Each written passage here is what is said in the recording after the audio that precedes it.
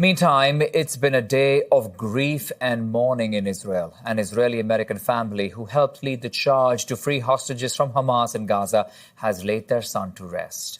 Hersh Goldberg-Pollen's face became one of the most recognizable symbols of the almost year-long hostage crisis, the president offering his condolences. I want to say how sorry I am. How sorry I am that we didn't protect Hersh on that dark day. How sorry I am that we failed to bring him home. We learned yesterday the bodies of Goldberg-Pollen and 5 other hostages were found in that underground tunnel in the southern Gaza Strip. Thousands of mourners walked along a major road as the hearse drove to the Jerusalem cemetery. Elliot Tepper, Professor of International Relations at Carleton University, joins us now. Elliot, good evening and thanks for your time here on CTV News Channel. Oh, good to be with you, Akshay. What's your view on where things stand today? Netanyahu, as we heard, extremely forceful, angry and clear on how far Israel is ready to go to finish Hamas and this war. Your assessment on his words today?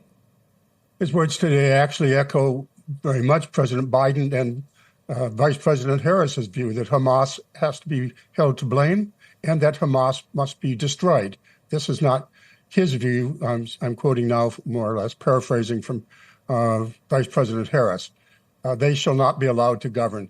Israel has been very clear all along that they have 3 goals. They added a 4th today, and I thought that was an interesting one. One is that, Hamas cannot be allowed to either politically govern or militarily govern Hamas and threaten Israel again, and that all the hostages must be brought home. He added a 4th one, that the people in northern Israel, the Galilee, which Hezbollah has been shelling heavily, they have a right also to return.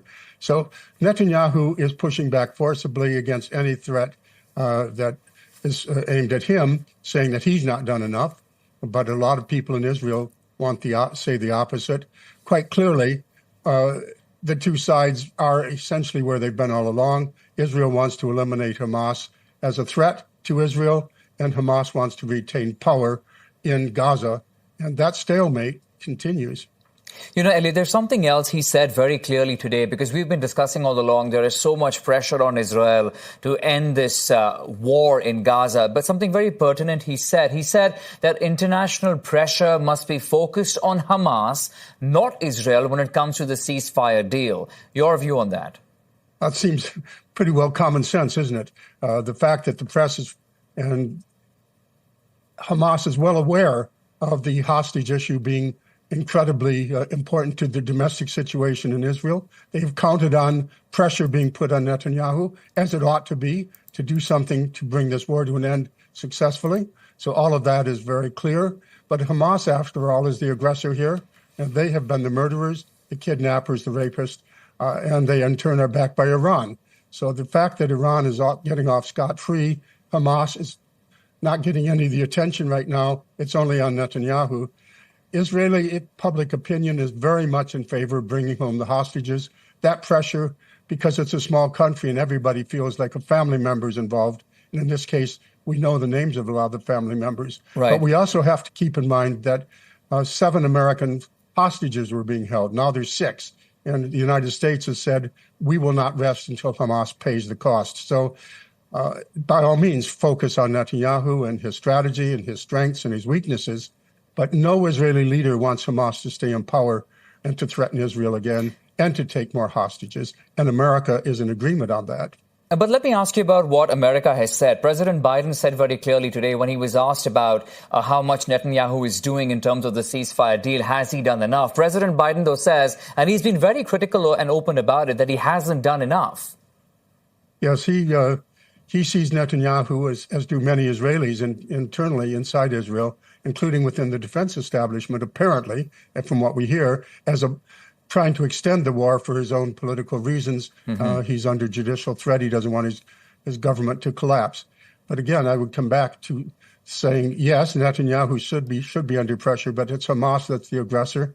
You don't blame George Bush when Al-Qaeda attacks. We're at the anniversary of September 11th coming. You don't blame the American president when Pearl Harbor's attacked. So, yes, Mr. Netanyahu has to balance his views against the views of the public, and he's gaining a lot of the opprobrium at home because people desperately want those hostages back. And meanwhile, Hamas says, yes, that works for us.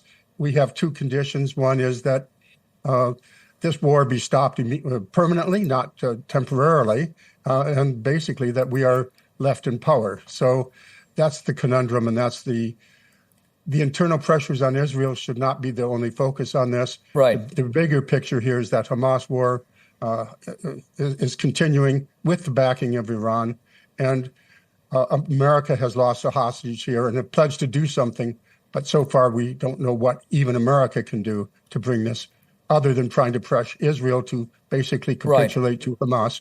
We don't know where this is going to go. One last question before I let you go. We know that the UK has broken with the Biden administration. That significant, coordinated attempt to help Israel. They have now withdrawn some of the export licenses, particularly for arms with Israel. What is that indicative of about how are some of the allies viewing Israel's actions?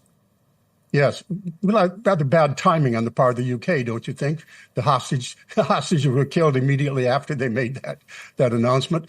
We have to look at whether Canada is going to break with the US, and there are signs that we'll have to double check this, but there are signs that Canada may also say, well, we're not going to fulfill some of our obligations to send the arms we've contracted. Everybody wants this to end, Akshay. I want it to end. There's just no easy way out that does not leave Hamas as the victor and willing to continue this over and over again, as they have done in the past, and promise to do so in the future. Okay, we'll leave it at that for the moment, though. Elliot Tepper, Professor of International Relations at Carleton University. Appreciate your insights always, Elliot. Thank you. You're very welcome, Akshay.